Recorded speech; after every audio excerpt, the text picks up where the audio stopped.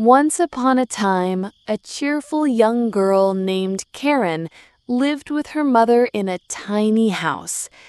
Though poor, she was happy, but her one care of wooden clogs, which her mother had made, chafed her feet terribly. One day, Karen's mother fell gravely ill. To buy medicine, Karen set off for town, but along the way, she discovered a box containing a pair of beautiful, shiny red shoes. She brought them home and excitedly showed them to her mother. "These might belong to someone else, Karen," her mother cautioned weakly. "You should take them back."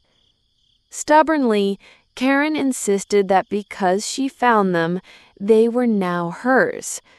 Too frail to argue, her mother made Karen promise not to wear them.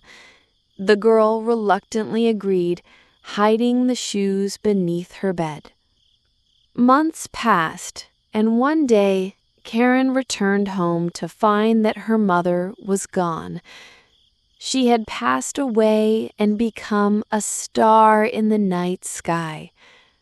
The very next day, on her way to the funeral, Karen broke her promise and put on the red shoes.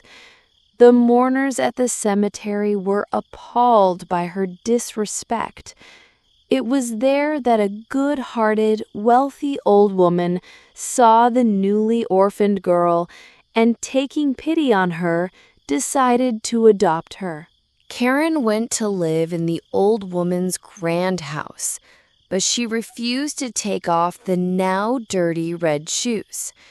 Frustrated but not wanting to upset the child further, the woman watched as Karen finally threw the shoes in the trash. The old woman bought Karen beautiful new clothes and shoes, but Karen was ungrateful, finding fault with everything. As she grew into a young woman, her stubbornness only hardened. She refused meals she didn't like and rejected gifts her guardian had carefully prepared. During a shopping trip, Karen spotted another pair of shiny red shoes in a shop window and demanded them. The old woman tried to persuade her to buy a pair of practical black shoes instead, explaining they only had money for one pair. Karen threw a tantrum, threatening to go barefoot everywhere if she didn't get both. Exhausted, the old woman spent the last of her money to appease the girl. Soon after, they had to attend another funeral. The old woman insisted Karen wear the black shoes, but Karen secretly put on the red ones, hiding them beneath her long black skirt. At the cemetery, her gleaming red shoes were revealed from under her hem, shocking everyone. As the old woman grew angry, a handsome young lord noticed Karen. Captivated by her beauty, he complimented her and invited her to a dance at the palace that night. Overjoyed, Karen began to dance right there amongst the gravestones. But a strange magic took hold, and she couldn't stop. The red shoes danced on their own, pulling her away from the cemetery and into the wilderness. She danced for 3 days and nights without rest, through mud and thorns, until her feet were blistered and bleeding. In agony, she finally cried out, "Enough! I won't be stubborn anymore, I promise." As soon as she repented, the red shoes flew off her feet and danced away on their own. Karen collapsed, exhausted. After a long and painful journey, she limped back home on her wounded feet. Seeing her, the old woman rushed out and embraced her, forgiving her completely. Karen, having learned her lesson, was finally at peace.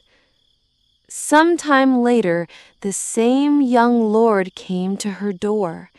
He had been searching for her, and they soon fell in love. Leaving her stubbornness behind, Karen married the lord and lived a happy life. In another kingdom, a kind-hearted queen wished for a daughter with skin as white as snow. Her wish was granted, and she named the beautiful baby Snow White. But soon after, the good queen passed away. The king remarried a vain and arrogant woman named Hela, who owned a magic mirror. Every day she would ask it, "Mirror, mirror on the wall, who is the fairest of them all?" And the mirror would always answer that she was. But as Snow White grew into a beautiful young lady, the mirror's answer changed. It declared that Snow White was now the fairest in the land. Furious with jealousy, the evil queen ordered her royal huntsman to take Snow White deep into the forest and kill her. However, when the huntsman saw the princess's kindness as she tended to a wounded bird, he could not bring himself to harm her. He warned her to flee and never return, then killed a wild boar to trick the queen. Snow White ran terrified through the dark woods until she collapsed. When she awoke, she found a tiny cottage belonging to 7 dwarfs. When they returned from their mine, they were charmed by the princess and invited her to stay, warning her never to open the door to strangers. But the evil queen learned from her mirror that Snow White was still alive. Disguising herself as an old woman, she went to the cottage and offered Snow White a poisoned apple. Forgetting the dwarf's warning, Snow White took a bite and fell into a death-like sleep. When the dwarfs found her, they were heartbroken. Believing she was dead, they placed her in a glass coffin and set it afloat on a river. Far away, a handsome prince named Antoine, who had seen Snow White's face in a constellation of stars, was searching for her. A fairy guided him, telling him the princess was in great danger. He finally found her adrift in the glass coffin. He opened the lid and placed a magical stardust necklace around her neck, which instantly revived her. The prince took Snow White back to her father's castle, where they revealed the evil queen's treachery. The king banished Queen Hela from the kingdom forever. Prince Antoine and Snow White were married, and with the 7 dwarves as their honored guests, lived happily ever after. Thank you for following. This channel offers educational content for children aimed at developing their learning skills. Please subscribe and activate the notification bell to receive all the new and beneficial content. And activate the notification bell. Let me know if you'd like any adjustments.